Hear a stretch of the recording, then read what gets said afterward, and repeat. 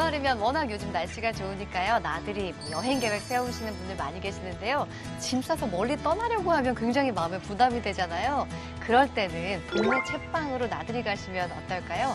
광화문 책마당이나 책 읽는 서울광장이 운영되고 있습니다. 야외 독서의 즐거움 한번 누려보시면 좋을 것 같습니다. 오늘도 책 읽는 즐거움 함께 나눠보죠. 인생 책방, 책방지기 이지혜입니다.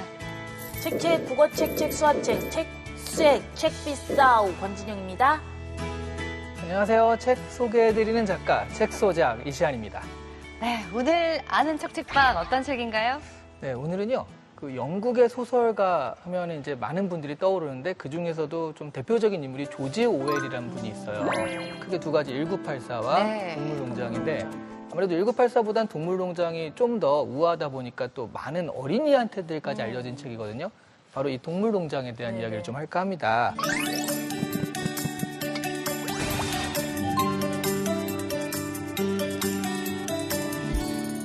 이건요, 그 소비에트, 그러니까 옛날 말로 이제 소련이라고 하잖아요. 네. 소비에트 연합, 합쳐서 소련인데 그 소비에트 혁명에 대한 이야기고요. 그 실패한 혁명에 대한 이야기입니다. 그렇다면 이거는 실패한 혁명으로 결론이 났는데 어떻게 생각하면 유효기간이 다한 이야기잖아요. 네. 그런데도 불구하고 지금도 꾸준히 이런 것들을 보는 이유가 무엇인가? 이런 부분에 대해서 이야기를 좀 해볼까 합니다. 네. 조지 오웰 하면은 사회주의자면서 실제로 행동가이기도 하잖아요. 그런데 왜 사회주의 비판 소설을 썼을까요? 그러니까 비난이 아닌 비판인 거죠. 비난은 너 잘못했어. 하지만 비판은 이런 부분이 잘못됐으니 이렇게 나아가자. 이런 발전이 들어간 걸 우리가 비판이라고 하거든요. 네. 또 하나는 이게 꼭 사회주의라기보다는 권력을 잡은 자들이 어떤 식으로 타락해가고 권력이 어떻게 변질되어 가는지 뭐 이런 것에 대해서 보여주기 위해서 쓴 것도 있습니다. 동물농장 하면 동물인데도 다 이름이 있고 약간 의인화한 네, 모습을 제 기억하고 있거든요. 네. 그래서 그 모습 보면 아 인간 사회랑 좀 많이 비슷하구나 그런 생각을 했던 것 같아요. 여기 이 동물들이 하는 행태를 보면 더 비슷해요. 일단 줄거리를 살짝 소개해드리자면 네. 지혜로운 돼지 메이저가 있습니다. 네. 이 메이저가 하는 이야기를 듣고 연설에 감명을 받아서 농장에 반란을 일으켜요. 그 스노볼과 나폴레옹이란 두 돼지가 앞서서 주도를 하는데 그 항상 이제 인간들이 동물들을 착취하고 자기들만 그 이득을 취하니까 그 인간들을 몰아낸 거예요. 근데 나폴레옹은요 그때 이제 몰래 키운 개를 이용해가지고 경쟁자인 스노볼까지 축출하고요 권력을 독식하게 됩니다. 그런 후에 처음 동물들한테 우리가 혁명에 성공하면 이런 것들을 해주겠다라고 약속한 것들을 하나씩 둘씩 어기기 시작을 하죠. 결과적으로 보면 나중에 돼지들이요. 그 인간들과 술판을 벌이며 우리가 쫓아낸 인간들과 놀고 이런 걸 보면서 동물들이 뭔가 좀 잘못된 거 아닌가라고 혼란을 느끼면서 이야기가 끝이 납니다. 네.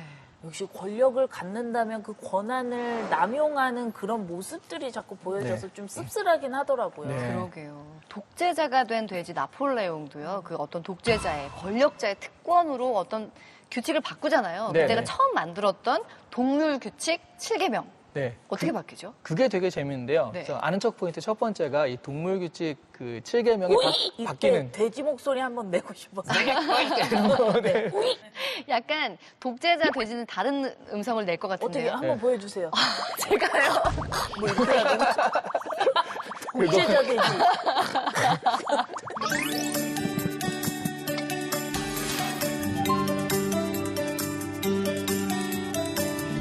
이 동물규칙 7계명 같은 경우가 일단 7계명을 알려드리면 첫 번째, 무엇이든 두 발로 걷는 것은 적이다.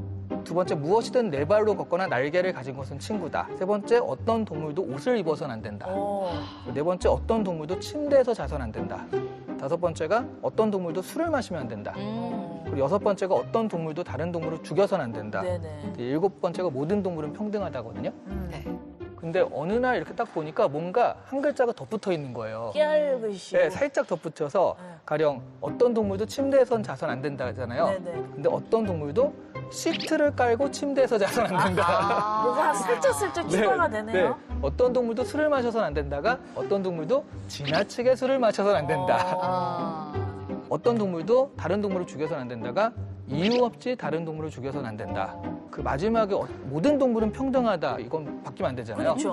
모든 동물 중에 어떤 동물은 보다 평등하다. 이런 식으로 해가지고 자신에게 유리하게 바꿔가는 거죠. 아니, 지금 눈 가리고 아웅하는 시기잖아요, 지금. 그러게요. 맞습니다. 지도층의 어떤 독선적인 행태를 의심하거나 비난하지 않는 동물들도 문제가 있었던 것 같아요. 네, 맞습니다. 여기서 두 번째 포인트가 진짜 중요한데요. 이 글에서 이 작가가 진짜 하고자 하는 그 말은요.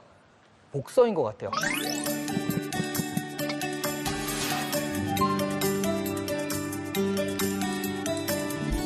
복서가 말이거든요. 말. 네. 진짜 능력이 있어요. 네. 그러니까 돼지보다 더 신체적으로 뛰어나고 힘도 있거든요. 그러니까 얘가 마음 먹고 돼지들 물리치기로 하면은 얼마든지 할 수 있는 상황에서 네. 이 복서는 전혀 그렇지 않고요. 하라는 대로 합니다. 가장 힘이 세고 할 수 있는 친구가 돼지들이 맞을 거야. 저렇게 얘기하니까 하면서 네네. 묵묵히 그 일을 하다가 나중에 쓸모가 다 돼가지고 도축업자한테 팔려가는 것으로 끝나요. 근데 이 프롤레타리아를 상징하는, 그러니까 민중을 상징하는 게 말이라는 거죠. 복서라는 네. 거예요. 그러니까 민중들이 깨어가지고 네네. 잘못된 권력을 휘두르는 사람들한테 대항할 수 있는 힘이 있고 일어섰을 때 전복할 수 있는 힘도 있는데 그걸 안 하고 그냥 시키는 대로 묵묵히 아무 생각 없이 한다. 그런 것들을 이 복서를 통해서 비판하고 있다라고 보시면 돼요. 어떻게 보면 뭐 지도자들이나 뭐 정치인들이 잘 제 역할을 할 수 있도록 민중들이 깨어서 지켜봐야 한다라는 네. 메시지일 수도 있겠어요. 네, 그러니까 선거도 되게 중요한, 여기에서 되게 중요하다는 생각을 했어요.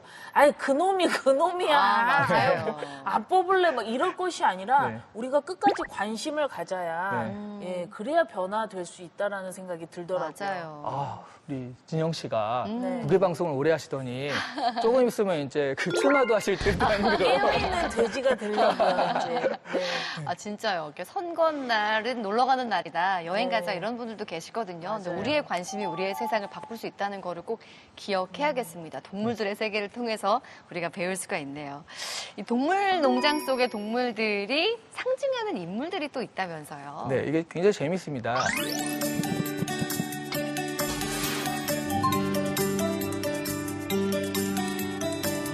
그러니까 러시아 혁명, 소련 혁명을 암시한 거여서요. 등장인물들이 이렇게 일대일로 대칭이 돼요. 왜냐하면 처음에 연설을 통해 가지고 사람들을 깨웠다는 메이저 돼지 있잖아요. 네. 이 사람은 마르크스를 의미합니다. 그리고 혁명의 두 지도자가 나폴레옹과 스노볼인데 네. 스노볼 같은 경우에는 그 혁명 가운데 추출된 트로츠키를 의미하고요. 그러면 나폴레옹, 그 혁명을 주도한 이 사람은 스탈린을 의미해요. 그런 식으로 옆 농장, 필킹ton 농장은 영국이고 하는 식으로 우리가 이때 사정을 알고 보면은 딱, 얘는 뭐 정확하게 들어가거든요. 근데 또 재밌는 건 이거죠.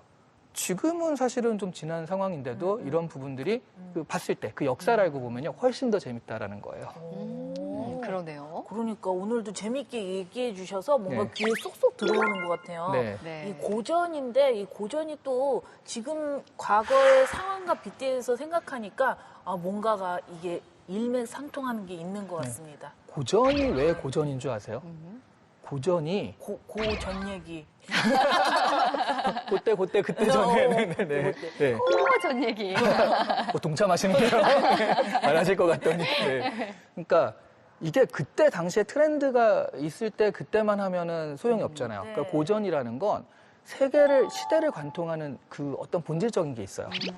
권력을 잡고 독재가 됐을 때 이런 식으로 문제가 발생하는 게 세계, 시대, 어느 나라나 다 똑같다. 그래서 이런 부분을 보면서 항상 경계하자. 우리 민중들, 대중들이 경계해야 된다. 이런 얘기를 이 고전을 통해서 얘기하고 있는 겁니다. 저희 5살 아들이 동물 홀릭이거든요. 네. 맨날 동물책 읽어달라고 하는데 그래서 저 사실 동물농장이라는 제목만 들었을 때는 닭장 속에는 암탉이 이게 먼저 귀여워 떠올랐었어요. 그런데 이 동물들의 세계 속에서 우리의 인간의 삶을 다시 한번 돌아볼 수 있다는 점에서 고전의 힘을 느낄 수가 있었습니다. 자, 오늘 아는 척 책방도 굉장히 유익했습니다. 다음 시간도 기대할게요. 네.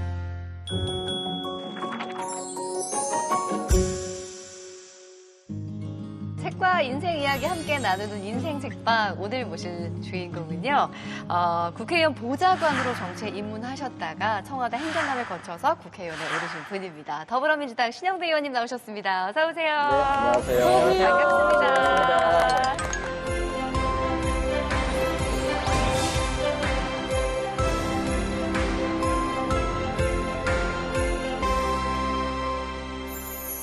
의원님, 지난해 10월이었죠. 정말 반가운 소식이 네. 들렸어요. 의원직을 걸고 공약을 하셨었는데 군산 조선소가 재가동이 되었다면서요? 네. 네.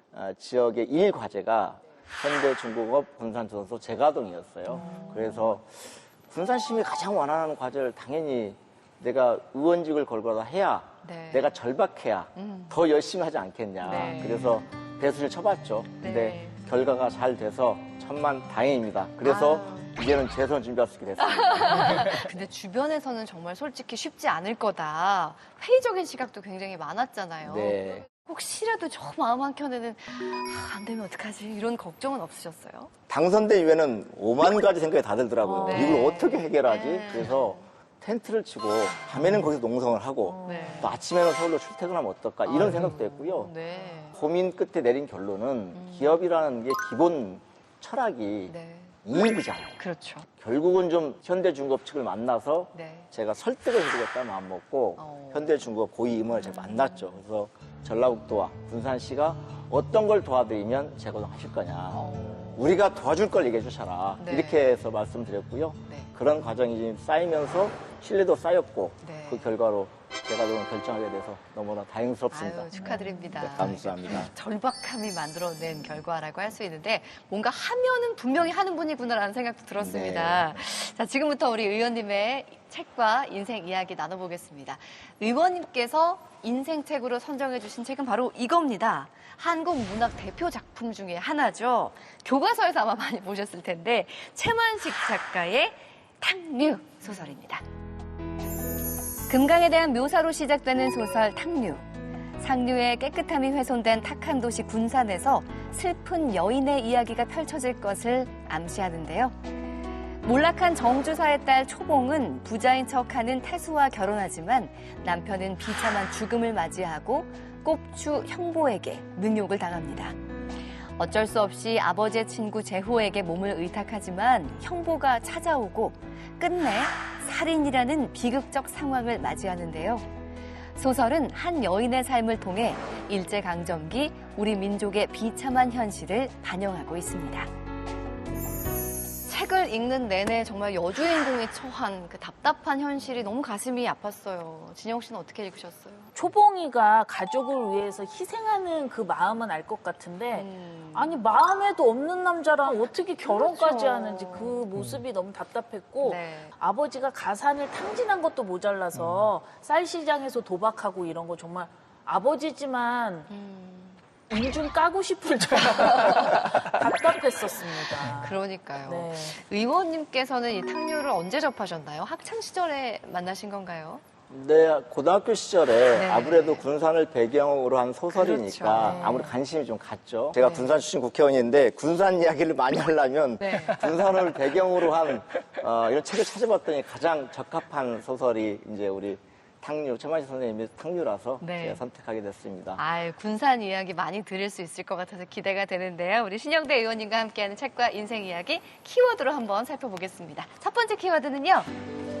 네, 바로 미두장입니다. 초봉의 아버지죠. 정주사가 미두장 앞에서 멱살잡이를 당하잖아요. 이시안 작가께서 한번 설명해 주시겠어요? 미두장이 어떤 것인지? 미두장 또는 아니면 미두추인소라고 불렸는데 쌀이 생산되는 시기는 정해져 있고 그 시기가 또 뭐 태풍 때문에 안 좋을 수도 있고 풍년에서 좋을 수도 있고 그러다 보니까 여기 가격에 변동이 생깁니다.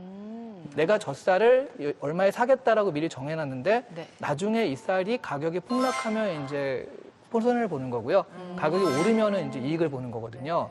일제가 쌀을 수탈하는 방식이 그냥 가져가는 것도 있지만 네. 미두장을 통해서 정식으로 그렇게 가져갈 수도 있어요. 왜냐하면 결국 그 일본 애들이 막 이렇게 왔다 갔다 하면 자기들이 거래를 하는 거잖아요.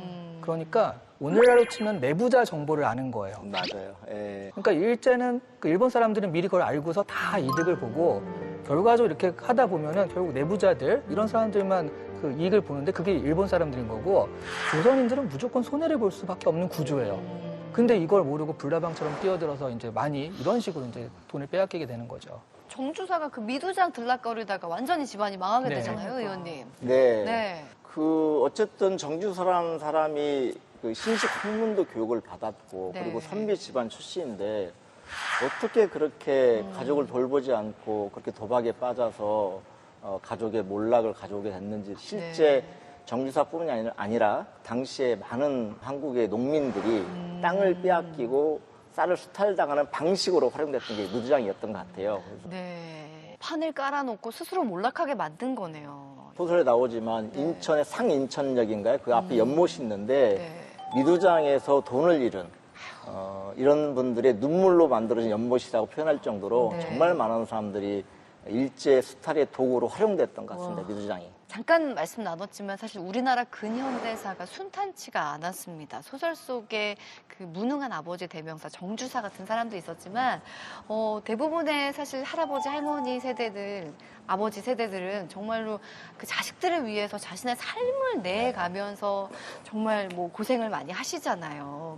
근데 의원님께서도 아버님 떠올려 보시면 아버지가 쌀가게 하셨다던데. 네, 하셨죠. 맞아요? 네. 쌀가게를 오래 하시지 않았는데 네. 저희도 이제 시골에서 농사를 좀 지었는데 네. 저희가 소유하고 있는 토지가 그렇게 많지 않았어요. 그것만 갖고는 가게를 꾸리기 어려우셔서 네. 주말에는 농사 지으시고 또 평일에는 도시에 나와서 이런 장사를 하시고 직장사 하셨는데 네. 그 많은 장사 중에 이제 쌀 장사도 잠깐 하셨죠. 예. 그 우리 우유 대리점을 마지막에 하셨던 것도 네. 기억나고 그래서 저는 우유는 실컷 먹고 자랐습니다. 우유가 대리점 하는데 그 재밌는 얘기를 해드리면 네. 저희가 롯데 우유 대리점을 했습니다. 롯데 우유가 네. 있었어요? 근데 그 공장이 네. 전라북도 임실의 공장이 있었어요. 오. 그래서 초기에 좀 장사가 잘 됐습니다. 네. 그때 80년도에 프로야구가 생겼잖아요. 근데 우리 그 호남 지역은 해태 타이거즈잖아요. 네. 롯데는 롯데 자이언츠는 이게 부산이잖아요. 갑자기 우유가 안 팔리는 거예요. 야구 때문에. 세상에. 프로야구의 희생양입니다, 저희 집은. 야, 프로야구는 뭐 지역 대동단결이죠. 네, 그 당시에는 뭐 지역 간의 뭐 그렇죠. 대립이 엄청 컸고요. 근데 그러고 나서 나중에 다행스러운 것이 이 지역에 있는 공장이고 지역에 있는 그 소를 이용해서 우유를 생산되는 거라서 네. 학교 급식은 좀 많이 들어가서 근근히 좀 버텼습니다. 네. 특히 아버님께서 고생 하셔서 키워내셨잖아요. 네. 대학에 진학하고 나서는 사실 그 시대가 어쩔 수 없었겠지만 학생 운동을 하게 되셨어요. 네. 아버님이 뭐라고 하시던지 궁금해요. 그 아버님 어떤 부모가 그 학생 운동을 하고 민주화 운동을 하고 뻔히 다칠 걸 아는데 그걸 응원해 주실 부모는 많지 않으셨을 것 같고요. 감옥에 있을 때 아버님 회갑이셨는데 그때가 88년입니다. 네. 88년인데 근데 당시에는 이제 80년대니까 회갑잔치를 대부분 어르신들 하셨는데 자식 감옥 보내놓고 어떻게 회갑잔치를 하냐 해서 안 하셨어요. 그래서 88년도에 감옥을 나와서 네. 나온 이후에 여행을 갔죠. 아버님하고 어머님 모시고 저희 삼남매가 여행을 갔는데 그때 이제 휴게소에서 처음으로 자식한테 아들한테 막내 아들한테 네. 술을 따라 주시더라고요. 저희 형이나 누나는 술을 전혀 못해요. 네. 제가 받았는데 그때 처음 하실 말씀이 학생 운동을 하는 건 좋은데 감옥은 안 갔으면 좋겠다. 그 말씀을 그날 휴게소에서 처음 하셨죠. 그래서 저는 다시 갈 일이 없을 것 같아서 자식에게 그럴 일 없을 겁니다라고 말씀드렸었는데 네. 그 약속을 못 지켰습니다. 아버님이 굉장히 어떻게 보면 속 좀 깊은 분이었던 것 같아요. 그해 88년도에 그런 일이 있고 네. 감옥을 갔다 온 이후에 89년도에 총학생이 됐어요. 네. 그런 얼마 안 돼서 수배를 받았고 근데 그 수배 중에 아버님이 이제 암이 발견되셔가지고 계속 병원 치료를 하셨는데 네. 수술을 못할 정도의 증세가 악화된 상황에서 발견을 하셨어요. 네. 그래서 수배 중이라서 아버님 뵙지도 못했죠, 사실은. 가끔 전화도 하면서 아버님 건강을 묻기도 하고 저희 안부를 아버님 물어보시기도 하고 이랬는데 그럴 때마다 제가 그런 얘기를 했죠. 아빠 보고 싶은데 갈게 하면 오지 말라고 하셨어요. 네. 그런데 돌아가신 날 뭐라고 하시는지 못 듣겠어요. 무슨 말이신지를 통화를 하셨는데. 발음이 정확하지 않으셔가지고 무슨 말씀인가 하시는데 그냥 저는 네 하고 이제 아버님 하신 말씀이니까 당연히 이렇게 예의하잖아요. 네. 했어요. 그럼 이제 끊고 있었는데 시간이 한참 지난 후에 학교에서 전화가 왔어요. 학생과에서 아버님 돌아가신 것 같다고. 그래서 전화를 했죠. 근데 아버님이 이제 우시면서 그러시죠. 아버지 돌아가시는데 너까지 와가지고 잡혀가면 나는 못 산다. 절대 오지 말아라. 이러시더라고요. 그 당시에 저희 집 근처를 경찰관들이 이렇게 둘러싸고 수배 중이었으니까 오면 잡겠다 그러고 있었어요. 그래서 결국은 임종도 못 지킬 뿐만 아니라 상도 못 치렀죠. 상도 못 치르셨어요. 그래서 결국은 나중에 이제 또 구속돼서 감옥을 갔다 나온 이후에는 이제 아버님 산소에 가서 뵐 수 있었죠. 그 전화 통화하실 때 잘 못 알아들었던 그 이야기가 혹시 나중에 들었는데요. 네. 그러셨대요. 그 오라고. 나 죽는다고. 보고 싶으셨던 거군요. 네.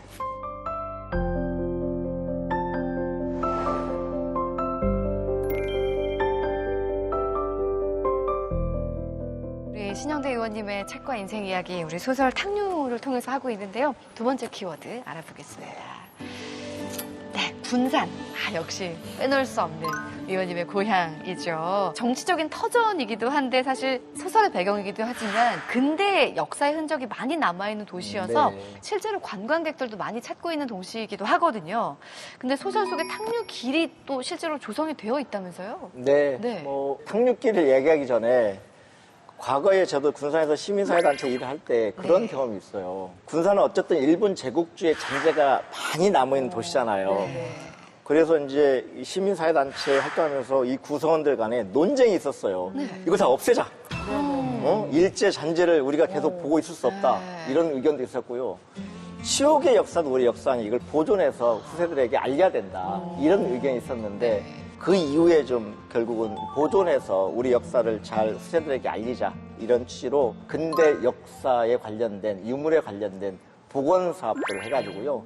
그 길을 쭉 만들었는데 그 길이 탕류길이고요. 뭐 조선은행 또는 여기에 나왔던 책에 나왔던 18은행 이런 은행들도 있고요. 미두장이라 안 하고 미두주 치인수라고 해서 그런 것도 좀 읽고 있고 세관도 네. 복원해놨고 해서 그런 길이 쭉 있습니다. 그리고 이 정주사가 살았던 초봉이네가 살았던 마을들도 이제 집터랑은 다 이렇게 표시를 해놓은 적도 있고요. 해놓은 것도 있고 네. 그렇게 해서 그런 볼거리가 근대의 모습을 볼 수 있는 제대로 볼 수 있는 도시가 군산이 아닌가 싶습니다. 가봐야겠네요. 그러게요. 꼭 한번 오십시오, 시현 씨. 네, 연락드릴게요. 네, 오시면 맛집도 제가 소개만 하겠습니다. 네, 감사합니다. 진짜 군산 한번 찾으시면 탕류길 방문해 보시는 것도 참 재미있을 네. 것 같습니다. 당시 일본을 떠올리면 일본인 농장주들은 굉장히 부유하게 살았죠. 반면에 네. 우리 조선인들은 굉장히 피폐하게 그야말로 하층민의 삶을 살았잖아요. 네. 소설에도 그 부분이 굉장히 잘 묘사가 되어 있더라고요. 네, 소설에 보면요. 이렇게 되어 있어요. 소설 속 정주사가 사는 동네가 군산의 원도심이 내려다 보이는 언덕 비탈로 조선인들이 모여 사는 동네. 그러니까 언덕에 모여 사는 거죠. 급하게 경사진 언덕 비탈에 개딱지 같은 초가집이며 낡은 생철집, 오막살이들이 손바닥만한 빈틈도 남기지 콩나물 기릇 다닥다닥 주워 박혀 언덕이거나 짐작이나 할 뿐인 것이다. 네. 그래서 콩나물처럼 이렇게 다닥다닥 붙어가지고 여기를 또 둔배미로 넘어가는 고개를 콩나물 고개라고도 얘기를 했다고 합니다. 해망굴이라는 곳이 있는데 해방구죠. 해망굴. 해만굴. 도심하고 해망동 네. 바닷가를 연결하는 굴을 일본이 뚫어놨는데 해망굴을 과거에는 차가 다녔거든요. 네. 지금은 이게 문화재가 돼가지고 사람만 걸어 다닙니다. 여름에는 그 해망굴 아래에 들어가가지고 있으면 정말 시원하고 좋았어요. 네. 그 군산 가고 싶은데요. 네. 진짜요. 네, 우리 의원님 네. 영업 진짜 잘하시는데요. 정말 저는 지금 표 끊을 뻔했어요. 그 군산은 볼거리가 많고요. 네. 그리고 일본의 음식 문화가 남아 있어요. 오. 그리고 우리 바닷가에 그 수산물이 또 있는 거잖아요. 이게 네. 잘 결합돼가지고 너무 맛집이 많은 도시가 야, 군산입니다. 의원님 나 지금 가고 싶잖아. 갑시다 끝나고. 의원님 뭐 소문 들으셨는지 모르겠지만 제가 인색체법 뒷조사 담당이거든요. 네. 그래서 알아보니까 의원님이 이제 아내분을 첫눈에 반했다라는 얘기가 있더라고요. 네. 얼마나 아름다우셨으면 첫눈에 반하셨어요. 그때 87년도에 60 민주 대항쟁이 있었죠. 아, 네. 그래서 그 결국은 직선제를 그 당시에 87년도에 네. 쟁취했고요. 그 이후에 이제 전국적으로 대학생들이 모여서 네. 전국 대학생 대표자 협의회 출범식을 하는 건데 일부 버스를 타고 가다가 일부 이제 도보로 행군을 해서 그 당시 모이는 장소가 대전 충남대였어요. 네. 거기를 가는 길에 버스 안에서 눈에 탁 띄는 여학생 하나 있더라고요. 오. 머리 스타일이 좀 진혁 같은 스타일이었어요. 아, 그래요? 보이시하시는 거 아니에요? 보통은 약간 긴 생머리를 상상하는데 지금은 기는데요. 네. 그때는 딱 익숙했습니다. 아, 약간 특이한 이뻤습니다. 진혁 씨처럼. 이뻤어요? 네, 그래서 네. 제가 마음에 들어서 네. 같은 그 저희 안사람 현재 우리 아내 친구한테 부탁을 했죠. 소개 좀 시켜달라고. 그런 과정에 이제 사귀게 되고 또 중간에 또 힘들어서 헤어지기도 하고 해서 10년 연애를 하고 결혼을 10년? 세상에. 네. 아니 학생 운동하고 그러셨으면 그때 좀 많이 힘드셨을 때잖아요. 그렇죠. 감옥 가 있을 때 면회를 오기도 하고. 아이고.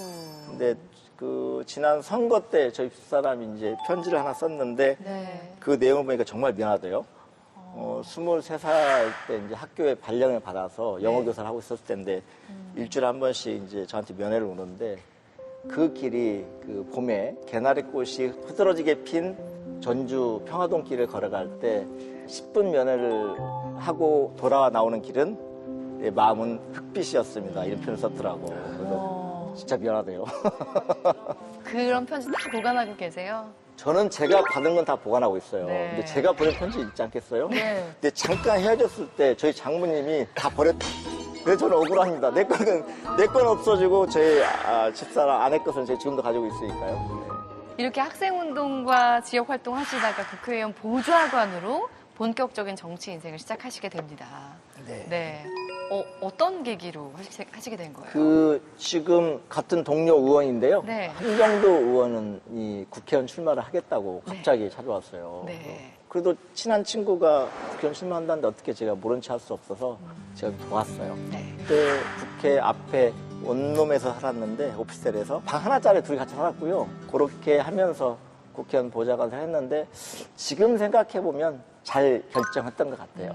아마 대한민국의 국회의 모습을 좀 경험할 수 있었고 그리고 정책 역량을 그때 좀 키울 수 있던 기회가 됐기도 했고요. 네. 그런 것들이 지금 국회의원 활동하는데 큰 자산이 되고 있는 것 같습니다. 그러시군요. 네, 제가 지금 열심히 너무 토크를 하신 것 같아서 약간 쉬어가는 코너를 네. 준비했거든요. 네. 권진영의 휴게소. 우리 군산에 대한 의원님의 얼마나 특별한 애정을 갖고 있는지를 확인하기 위해서 네. 군산 어디까지 아니 네. 준비했습니다. 와. 네.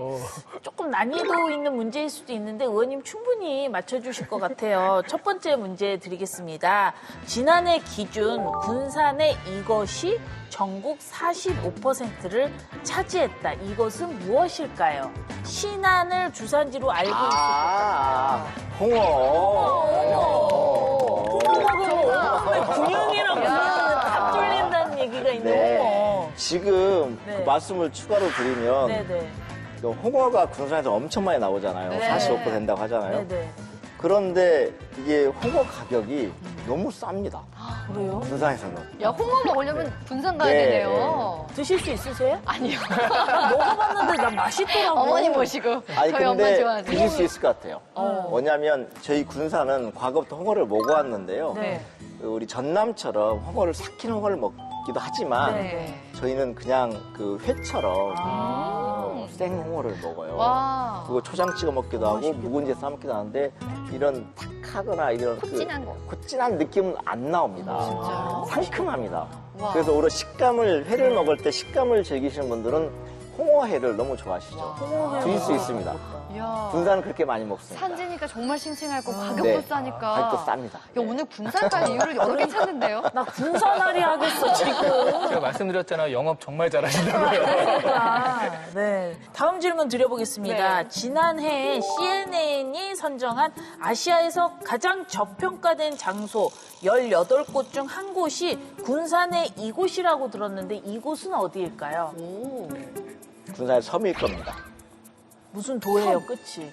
고군산군도 그렇죠. 고군산군도. 맞아요. 고군산군도가 여러 개의 섬이 있는데 그렇죠. 뭐 우리가 뭐 선유도, 신시도에서 시작해서 네. 문여도, 선유도, 장자도, 네. 관리도, 진짜 많은 어청도, 섬이네. 말도, 비흥도 이런 네. 섬들이 쭉 있어요. 아니 근데 문제가 저평가된 장소거든요. 네. 네. 그 실제 그 우리가 이제 머릿속에 보통의 이제 섬을 생각하면 뭐 흑산도, 울릉도, 청산도를 많이 기억하시는데 군산에 섬이 이렇게 다양하게 연결되어 있다는 걸 잘 모르세요. 그리고 조금 더 나가면 네. 배를 타고 가는 섬들도 있고 이 섬들이 옹기종기 모여 있는데 요 각각의 섬마다 특징이 있거든요. 네. 선유도 같은 경우는 해수욕장이 있어서 여름에도 관광할 수 있고 방문할 수 있는 곳이긴 한데 네. 여름에도 오시면 좋겠지만 여름에만 오시지 말고 가을에 한번 오셔라. 가을의 매력이 가을의 있어요? 섬이 정말 멋있다. 고즈넉한 섬의 풍경을 그렇구나. 그대로 느낄 수 있다. 이런 말씀 네. 드리고요. 고군산 군도에 속해 있는 어청도, 말도 이런 섬들은 네. 등대가 있습니다. 근데 그래가지고 그 가을 저녁 밤에 가서 그 정취를 느껴보면 세상에 별로 걱정, 근심이 하나도 없게 되는 네. 그런 와. 느낌을 가질 수 정말 있을 거예요. 힐링하러 가야겠네요. 진짜요. 네. 뭔가 연애하기 좋은 것 같은 그런 느낌도. 네. 연애하기 좋은 곳은 배 타고 가서 배 타고. 하루에 한 편밖에 없는 섬을 갔어요. 시대 불문하고 그러니까요. 네, 전략을 네. 짜야겠습니다. 네. 네. 마지막 문제 드려볼게요. 네. 군산에 가면 이것만은 꼭 먹어야 한다. 세 가지를 10초 안에 대답해 주세요. 저는 생선구이, 자, 예. 떡갈비, 네. 소박. 생선구이, 떡갈비, 소바. 아, 그래요? 그거 먹어봐야 되겠네요. 개인의 취향 아니고요? 아닙니다. 오, 유명한 거예요? 특이하죠? 예. 군산의 떡갈비는 매우 유명합니다. 군산에 많은 손님이 올 때마다 네. 제가 식사지에 발탐지 같이 모시가면 담양 떡갈비, 네. 뭐 언양 갈비 네네. 이거하고는 비교 안 되게 맛있다. 떡갈비가요? 네. 네. 소바는요? 소바는 냉모밀 파는데 네. 여름에 최고죠.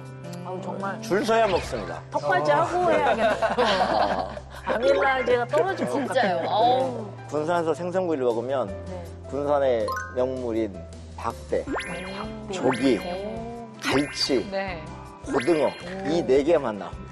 와, 나머지 와. 생선들은 이렇게 그 2류급 생선들은 아예 생선구이에 안 나옵니다. 야, 진짜 밥도둑이겠다. 네. 야, 진짜 네. 얼마나 신선하겠어요. 네. 바로 구워서. 다음에는요, 의원님, 턱받이를 하나씩 좀 선물로 해주세요. 얘기만 들어도 군침이 아니, 넘어가네. 군산 특집으로 인생 책방 한번 출장 갑시다. 네, 한번 오십시오. 인생 맛집으로. 아, 좋네요. 네. 역시 군산은 군싹이야. 군침이 싹 돌아요. 의원님, 좋은 얘기 감사합니다. 감사합니다. 꼭 오십시오. 네, 꼭 갑니다, 저희.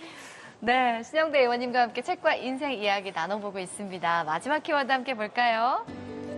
짠! 탕류 그 후라는 키워드입니다. 탕류의 결말 어떨까요? 희망의 서곡일까요? 아니면은 여전한 불행의 연속일까요? 이시안 작가께서는 어떻게 보셨어요?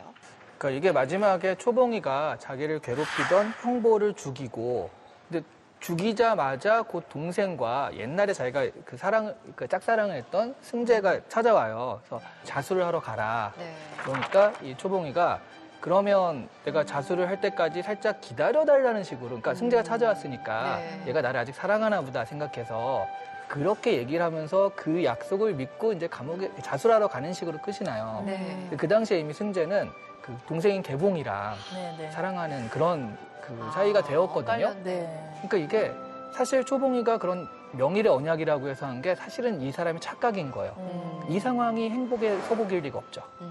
그러니까 우리가 이 초봉이를 조선으로 비유를 많이 합니다. 네. 이렇게 그 외세에 의해서 아버지 위해서 이렇게 되게 유린당하고 억울한 상황에 처했던 것을 생각해 보면 네. 당시에 이 30년도 이때 37, 38년도에는요 조선이 그렇게 희망이 없었던 거죠. 그럼 이게 희망의 서곡이냐 불행의 서곡이냐라고 했을 때 좀 불행의 서곡을 작가가 이해한 것은 아닌가라고 이제 생각을 할 수 있죠. 의원께서는 결말 어떻게 보셨어요? 저도 이시안 작가님처럼 보는 시각이 있을 거다 생각해요. 네. 실제 37년, 38년도 이 시기에 이 소설이 쓰여졌는 연재가 됐는데 이 이후에 일본의 탄압이 수탈이 더 강해졌거든요. 저는 그렇게만 보면 너무 좀 우울하죠. 우울할 것 같아서 저는 해석을 다르게 좀 해봤어요. 네. 제가 쭉 소설을 읽으면서 느끼는 게 뭐냐면 과정마다 저는 이 초봉의 결단이 있었던 것 같아요. 근데 이 결단 수준이 조금씩 높아지는 것 같아요. 처음에는 오롯이 우리 아버지와 가족들을 위해서 한번 장사비 2천이라도 만들어줄 거란 믿음을 가지고 태수와 결혼을 했고 근데 태수와 살면서도 끊임없이 화투를 가꾸잖아요. 네. 본인의 유일한 희망을 거기서 만들어 갔던 거고 그 다음에 형보로부터 능욕을 당한 바로 다음에 군산을 떠났는데 그 결단은 오롯이 초봉 혼자의 결단이잖아요.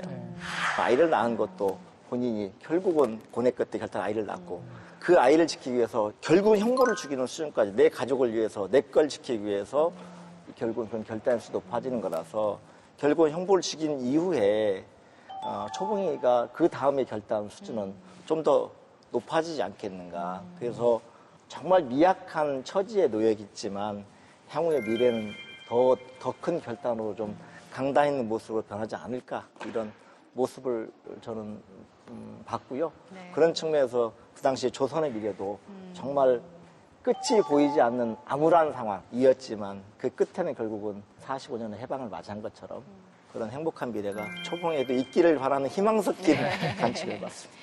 네, 그러니까 아프고 힘든 정말 절망 속에 있는 상황에서도 미래를 바라볼 수 있는 희망에 대한 말씀을 해주셨는데 네.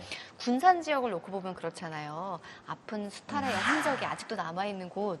그렇지만 정말 미래를 준비해야 되는 시기이기도 합니다. 지나간 교훈을 삼아서. 군산의 미래 어떻게 보면 될까요? 저는 군산의 미래는 쾌청합니다. 쾌청한가요? 쾌청입니다. 네. 예, 실제 군산이 제가 국회의원 되는 시기에 네. GM 공장의 철수, 그리고 현대중공업의 가동 중단, 네. 그래서 많은 일자리가 없어졌고, 그래서 군산이 고용위기 지역으로 지정이 됐고요. 또 산업위기 지역까지 지정이 됐어요. 그만큼 어려웠던 시기가 있었는데, 그걸 어떻게 우리 군산을 이 경제위기를 극복할까라는 게 제가 모든 역량을 집중해왔던 3년이었어요. 네. 지금은 이제, 그때 이제 그런 시기에 제가 결심했던 게 뭐냐면, 이 특정한 대기업 두세 개의 지역 경제가 몰리면서 이 기업이 무너지면 지역 경제가 함께 시청하는 이런 구조를 좀 탈피하고 싶었어요. 네. 그래서 산업 구조를 좀 재편하고 싶었습니다. 전통적 제조업과 미래 산업이 함께 융합하는 산업 구조를 만들고 싶었고요. 네. 그런 그 관점을 가지고서 쭉 일을 해왔는데, 지금 군산은 최근에 2차 전지 아시죠? 네. 2차 전지 소재 기업들이 군산에 계속 들어오고 있습니다. 뭐 SK 온 확장법인도 들어오고 있고요. LG화 확장법인도 들어오고 있고, 네. 두산 퓨어셀 같은 공장은 올 연말이면 이제 가동을 시작할 거고 해서 네. 대략 한 2026년도쯤, 올해부터 착공해서 시작하면 2026년도 말 2027년 초쯤 되면 신규 일자리가 최소 3,000개 이상이 만들어질 계획이 있는 거예요. 야, 착착 계획된 미래가 있다 보니까 정말 말씀하신 쾌청한 미래가 기대가 됩니다. 우리 지영 씨 오늘 의원님 만나보셨는데 어떠세요? 몰라요. 그냥 의원님 만나뵈니까 군산에 대한 매력을 너무 알게 돼가지고 네. 그냥 의원님 보자마자 군싹이야. 군침이 싹 도는 빨리 군산 가봐야겠다 그런 생각이 드는데 앞으로 하실 일이 너무 많기 때문에 그러게요. 계속해서 국민들에게 좋은 모습 보여주시기 바라겠습니다. 네. 네, 감사합니다. 감사합니다. 오늘 채만식의 탕류를 가지고 이야기를 나눠봤거든요. 이시안 작가님 추천평 부탁드릴게요. 우리 청소년들이나 이런 사람들은 일제시대, 사실 우리도 마찬가지죠. 일제시대 하면 그냥 전에만 들었지 어떤 것들인지 얼마나 불합리하고 우리가 부당한 대우를 받았는지 모르는데 이 책을 보면 이 초봉이의 신세가 곧 우리의 신세였다. 이런 거 생각하면 정말 아, 그때가 이랬구나라고 하면서 공감할 수 있는 그런 책인 것 같아요. 그리고 또 이걸 또 보고서 군산에 가면은 군산의 그 여러 가지 그 명소들이라고 지금 명소가 됐죠. 그런 곳들이 다 의미가 있게 다가와가지고 또 아이들한테도 이런 것이다라고 설명해 줄 수 있어가지고 군산 여행을 좀 풍요롭게 할 수 있는 그런 책일 수 있을 것 같습니다. 네. 자, 의원님 오늘 마지막으로 시청자 여러분께 한 말씀 해주세요. 네, 개인의 삶은 항상 그 행복할 수만은 없죠. 행복하다가 어려움이 닥치기도 하고 어려운 가운데서도 희망의 싹이 틔우기도 하고 이런 것이 인생일 텐데요. 우리나라 역사도 그런 것 같아요. 우리에게 치욕의 역사가 있었던 것처럼 그 치욕의 역사 속에서 수많은 민중들의 고초가 있었던 것처럼 그럼에도 불구하고 이거 극복하고 나서 우리의 지금의 대한민국이 있잖아요.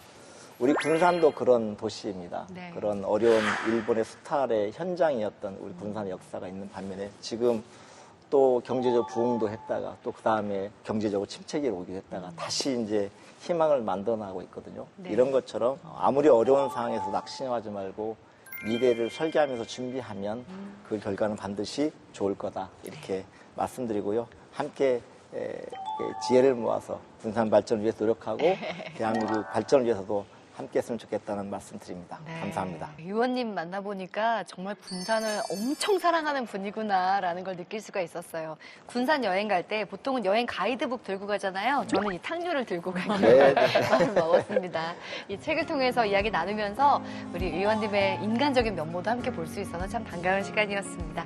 앞으로도 활발한 정치 활동 기대하겠습니다. 네, 감사합니다. 네, 고맙습니다. 감사합니다.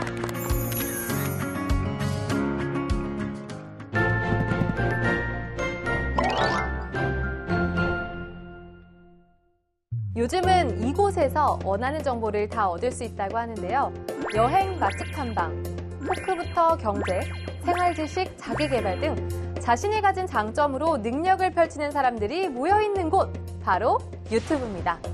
나만의 콘텐츠로 승부하는 유튜버들의 책을 소개할 저는 홍재경입니다. 국회도서관과 함께하는 화제의 도서까지 준비했습니다. 지금까지 이런 가족은 없었다. 배우 고은아, 아이돌 그룹 엠블랙 출신 미르, 두 연예인 동생들의 꿀리지 않는 아름다운 외모의 첫째 방효선까지. 3남매의 이미지만 보면 조용하고 화목한 가정일 것 같은데요. 하지만 방간의 실상은 반려견이 가장 조용한 집구석이자 초하이텐션 캐릭터들이 총집합한 웃음과 개성이 넘치는 가족. 방간의 채널은 65만 구독자의 사랑을 받으며 남녀노소 온 가족이 구독하는 채널로 자리매김했습니다. 다사다난한 사건들 속에서 서로를 보듬은 가족 내공이 가득 담긴 방간회의 오늘도 평화로운 방간회입니다로 진한 가족애를 느껴보시는 건 어떨까요? 구독자 123만 명의 코리아 그랜마. 70년 평생을 아버지 때문에, 남편 때문에, 자식들 때문에 허리가 굽어라 일만 하며 살다가 병원에서 받게 된 치매 위험 진단. 나이 71세의 유튜브 크리에이터로 전직 후 손녀와의 호주 여행부터 업로드를 시작해 구글 CEO와 유튜브 CEO의 초청을 받아 만남까지. 방망리에 이대로 죽을 순 없다는 부침개 뒤집듯 확 뒤집힌 그녀의 인생사를 담았는데요. 채널의 PD이자 손녀인 김유라는 이렇게 말합니다. 이 채널의 존재 이유는 오직 방망래 할머니의 행복입니다. 늘 내일을 걱정했다면 이제는 기대도 해보시기를. 인생은 길더라고요. 우리도 꽤 멋진 70대를 고대해봅시다. 방망래 이대로 죽을 순 없다로 걱정보다 기대하는 내일을 맞이하는 건 어떨까요? 유튜브를 시작하는 모든 새내기 유튜버들의 꿈. 내 콘텐츠로 월 1억 벌기.